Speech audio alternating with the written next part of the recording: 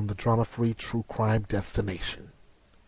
No forgetting, no forsaking, just the names, the narratives, and the noble legacies we remember.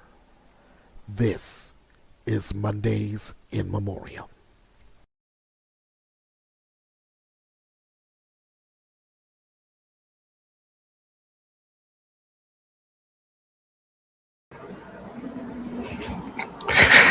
Happy New Year and a happy Thursday afternoon to you, everybody. Welcome to this special edition of Mondays in Memoriam, this New Year's Day edition. I'm Ernest Bethea, the last outlaw. So good to have you all aboard on the first day of the year. Now, I originally did not plan to go live on this day, but like a lot of us in the true crime community, we have this one case that we just can't let go of. And in my case, it's the case of 9-year-old Melodee Buzzard. And if you can't see my face, I've got a reason for it. Because when I get ready to go into this case, I don't want you focusing on my face. I want you all to focus on this 9-year-old girl. But right now I want to open you up with these words. Call this my first opening statement of 2026. Melodee Buzzard, 9 years old, bright, beautiful, a child whose smile could have lit a decade, gone before she even reached 10.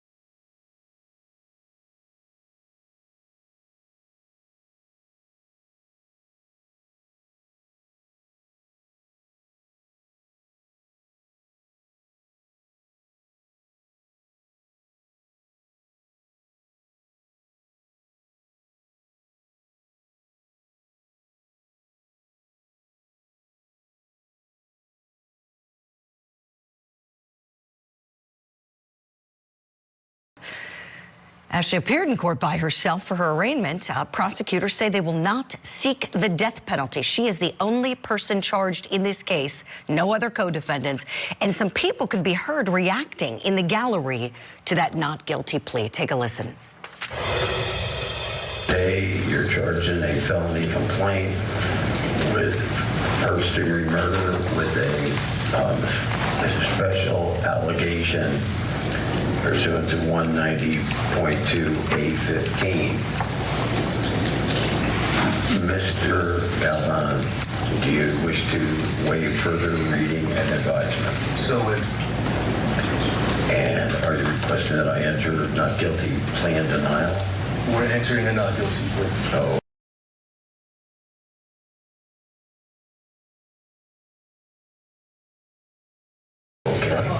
Not guilty plea is Ladies and gentlemen. is entered. Special allegations are deemed denied. The matter is assigned for all purposes to Judge Dunkel, Lompoc 1. Mr. Galvan, did you want in-time dates, or was there going to be a preliminary hearing time waiver of some variety? Judge, Ms. Buzzard and I are waiving the 10-day right to the preliminary hearing, retaining the 60-day right. I calculate her last day as February 24, 2026. Ma'am, you have the right to a speedy preliminary hearing. That's a preliminary hearing within 10 days of today's date, the date of your arraignment. Also, a preliminary hearing within 60 days of the date of your arraignment. For the first, that is the 10-day limit, do you give up and waive your right to a speedy preliminary hearing? Yes, Your Honor. Okay. That makes the last day for prelim 2/24, and January 7th, Judge? yes, January 7th. There is no bail. Melodee's body discovered in Utah on December the 6th. Her remains weren't positively identified until December the 22nd. The criminal complaint against her mother alleges that the crime was carried out with planning, sophistication, and professionalism. So, how is this case going to play out? She pleaded not guilty at the arraignment. Are we going to see a trial? And why aren't the prosecutors seeking the death penalty? Let's talk about this. Let's bring in two incredibly seasoned former homicide prosecutors, attorneys Tommy Pope and Rick Grundy on the show. Good morning to you, gentlemen. Tommy, let me begin with you. The decision, prosecutors already coming out at this early stage of these proceedings and saying they're not pursuing the death penalty. Your thoughts on that, please?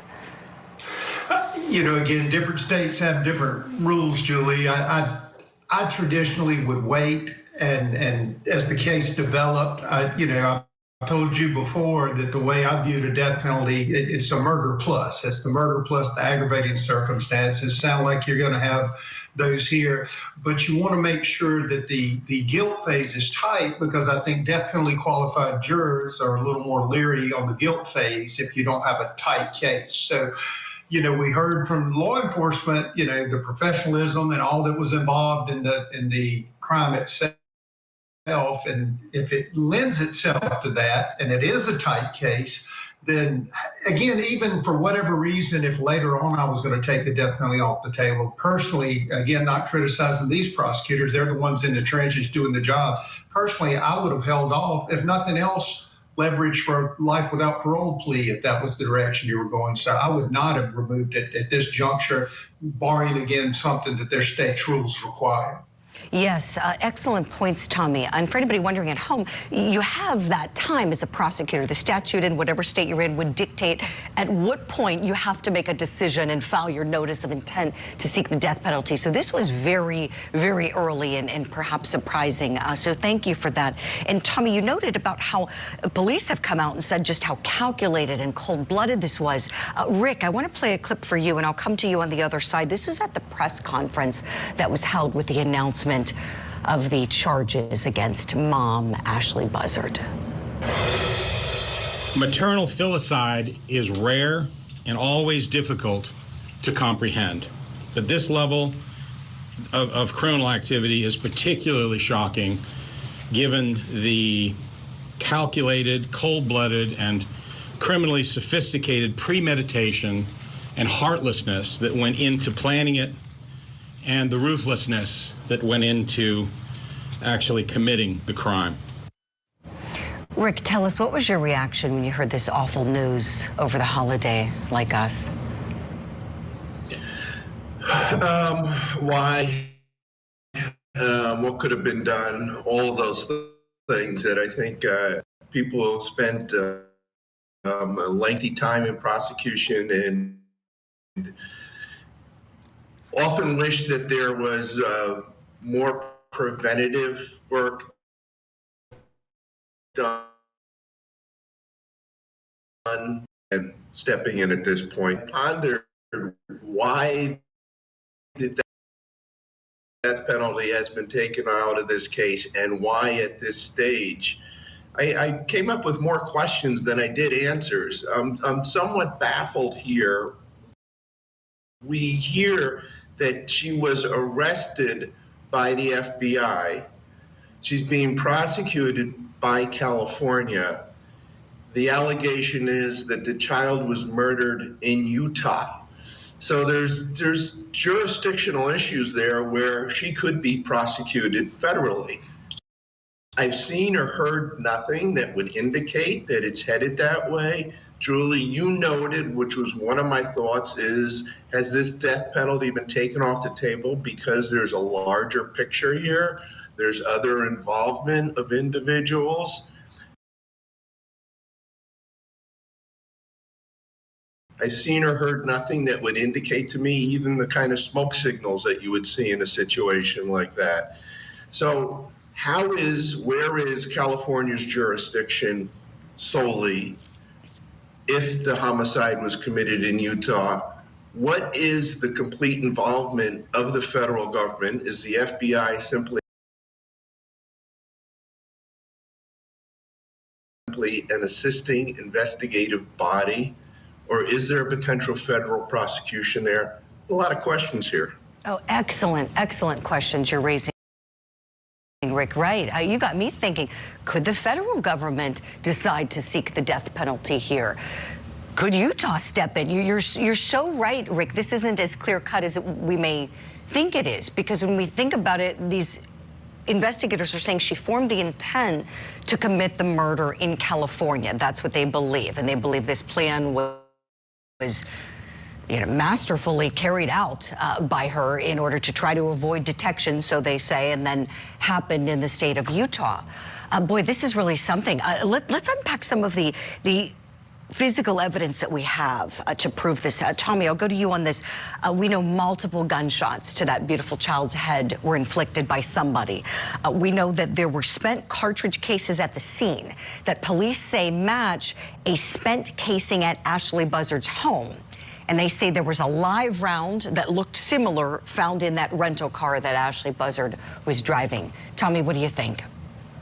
I think the forensics, as you were listing those out, the first thing I'm saying is, where's the weapon? And sometimes you have it, sometimes you don't. But what you do have is, basically firearms identification is tool mark identification. In other words, they're looking at a specific way the hammer hit the bullet and caused a marking that is unique to each gun. And so if you have that unique marking at the house and you have that unique marking on a casing at the crime scene, that is pretty strong evidence, I would believe. Criminals always think they get rid of the weapon, they're good, but it'd be pretty smart to remove the casings too. So I think that part sounds extremely strong. It was interesting to me doing the hearing, how nervous she was, how shaken she was. I'm sure there'll be some type of mental health incident, and I couldn't think but thinking, Melodee, how nervous and shaken she must be when her mom takes her out in the middle of nowhere with a gun. And so I'm hoping justice will be done. I thought Rick did a great job of pointing out the jurisdictional issues. So maybe this is part of a larger strategy. We always talk about we don't know what's going on behind the scenes. And so If there are other people, the smoke signals Rick was talking about, I didn't hear the quote, investigation is continuing. So I think they have their murderer, and I just hope they can serve justice, whichever jurisdiction it comes. Yes, Tommy. Boy, your comment gave me chills thinking about that poor child, how she must have been so terrified. Moments before she was killed. Rick Grundy, I want to ask you about something Tommy touched on, and I think this has been at the front of so many people's minds. I've heard many analysts come on our network and say, in the weeks where Melodee was missing, and people would look at the conduct of the mom, her pulling down the missing posters, wearing the wigs, acting like she doesn't have a care in the world, people would say, oh, she must have some mental health difficulties to act this way. And then we hear law enforcement talk about this planning, how it was done so carefully, meticulously to avoid detection. I mean, the deception level was incredible here. If she is the person who did this, tell me, Rick, did that surprise you to hear someone who maybe appeared to be not so well be able to do this, so law enforcement says? Yeah, no. I guess my short answer is no. It didn't surprise me because there was a lot of effort here. The efficacy of that effort, I think, is questionable. Backing into the gas station, some cheesy wigs. I don't know how efficient they were. There was a lot of effort. There was a lot of thought that went into it, but I don't think it was all that brilliant, put it that way. And it could certainly be part of a diseased mind. Rick Grundy, Tommy Pope, excellent insight from you both. We're going to keep talking about this case. Just have to hit our first break. Friends at home, stay with us. Here's what's coming up next on Opening Statements. You're a mother. I'm a mother. I'm my grandma. How can you do that to a baby? I can't talk no more. Melodee Buzzard's family is speaking out this morning, outraged and shocked at Melodee's murder. Plus, a South Carolina pastor federally charged, accused of cyber-stalking his estranged wife in the months before she died by suicide. Tell me what's happened.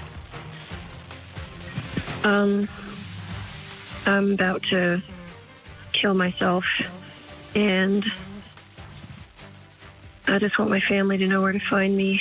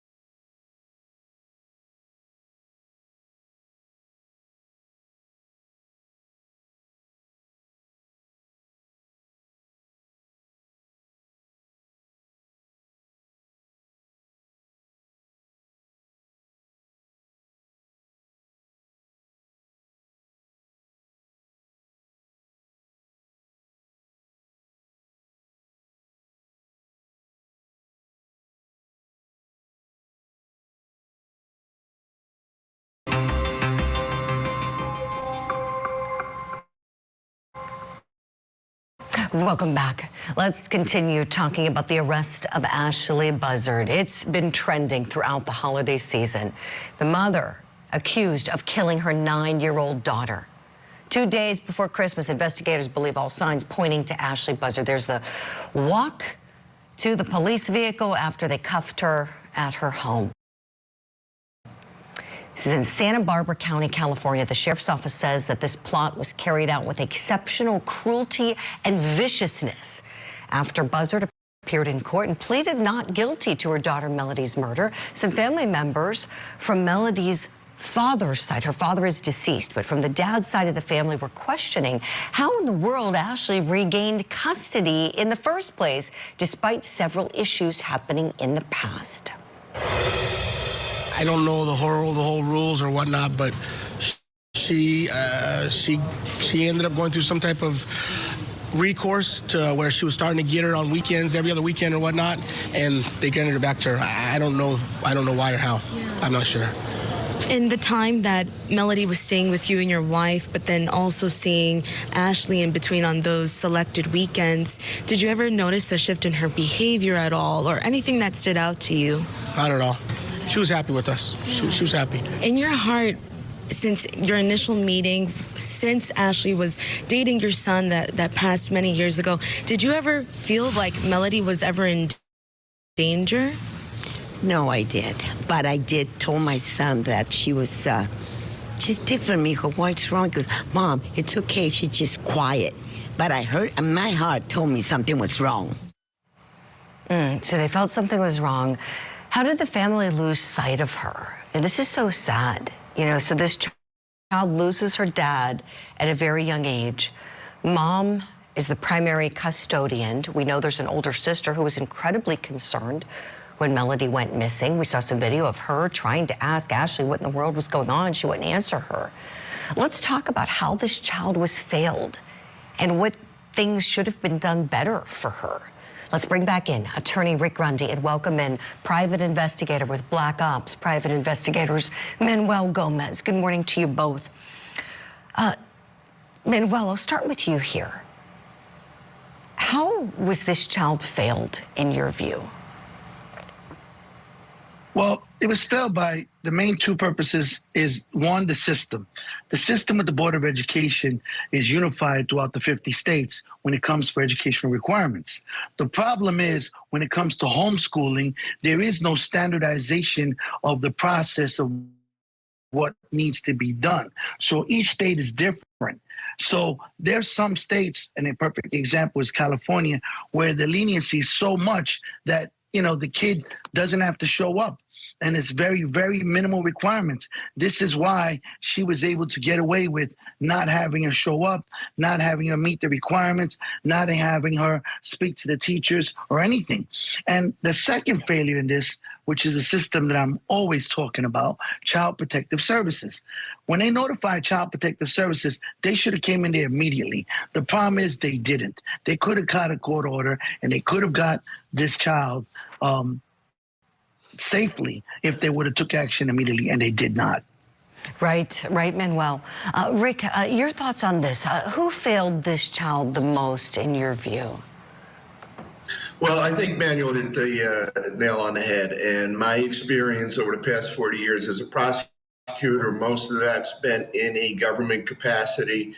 There's two areas that have jumped out to me as areas of severe warning problems within the criminal justice system, and that is the youth, the handling of the youth, particularly in troubled homes, and the handling of mental health. Mental health has been pushed into a criminal system, and the handling of children in need is horribly unfunded, largely unprofessional, and uncoordinated. And now, as Manuel pointed out, a child should have many points of contact with the community, whether it be the school, whether it be community services, whether it be social services designed particularly for the children. And these people need to speak to one another. The heart of child services throughout the country is to reunite, to keep together children and their parents. In my opinion, that is somewhat wrong-sided when it is repetitive behavior, when it is strange behavior, when it's behavior that the school, the child services, the community services, the police, who should all be talking to one another and sharing information, all point out that it is endangering this child. That needs to override any parental rights.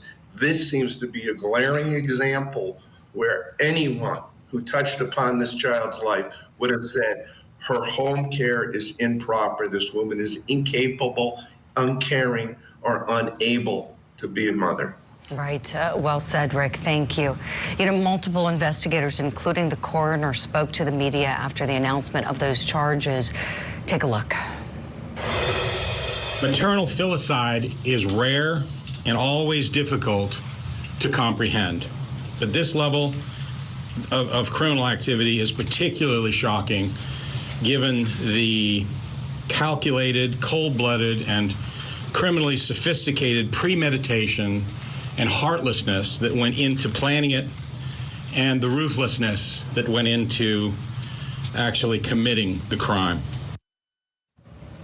Investigators released some key timeline details leading to the second arrest of Ashley Buzzard, which starts back on October the 7th when Ashley and Melodee left for that 3-day-long road trip from California to Nebraska. On October the 9th, the last verified sighting of Melodee occurred right near the Colorado-Utah border. The very next day was when Ashley returned home without her daughter. On December the 6th, investigators were contacted after a decomposing body was found in Utah. On December 22nd, the DNA links were made, linking the remains of Melodee to her mom. On the 23rd, Ashley Buzzard is arrested and charged with murdering her daughter. All right, so what could have been done to save Melodee? Anything?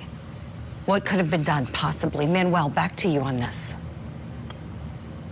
Well, unfortunately, Julie, on one of the Court TV segments, I stated a solution that could have saved Ashley, and that is for the grandparents to have put in for a child custody order to get custody over that child. Now, the court would have appointed a child attorney for the kid and would have forced the mother to have given her the phone number or location to where the child was at.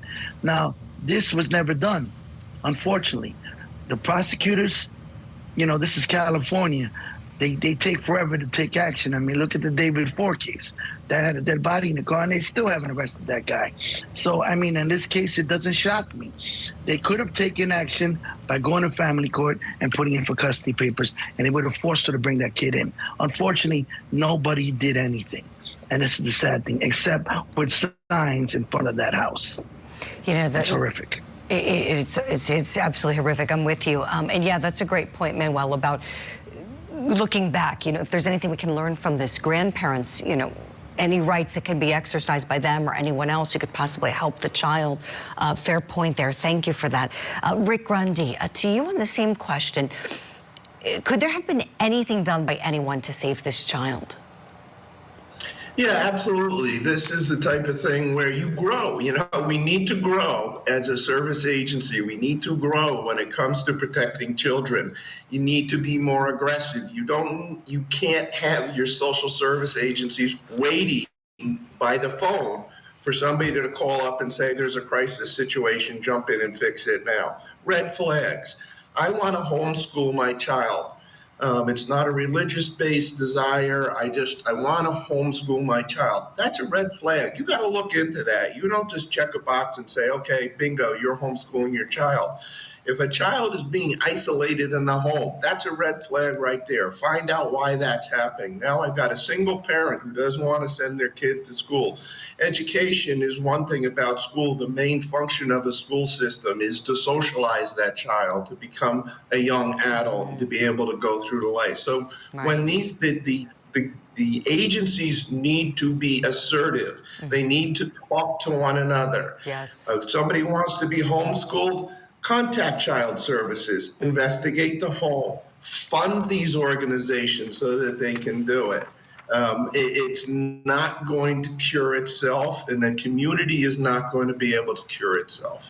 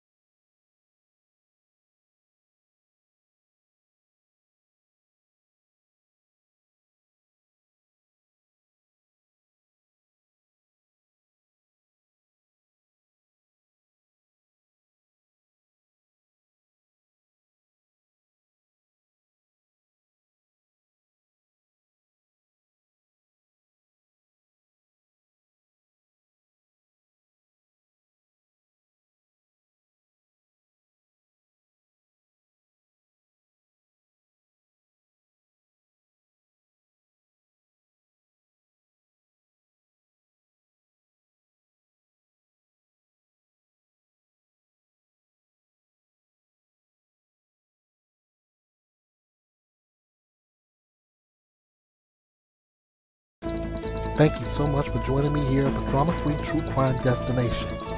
Please be sure to follow Bethea'S Byte Reloaded all over social media and support the channel through PayPal and Cash App.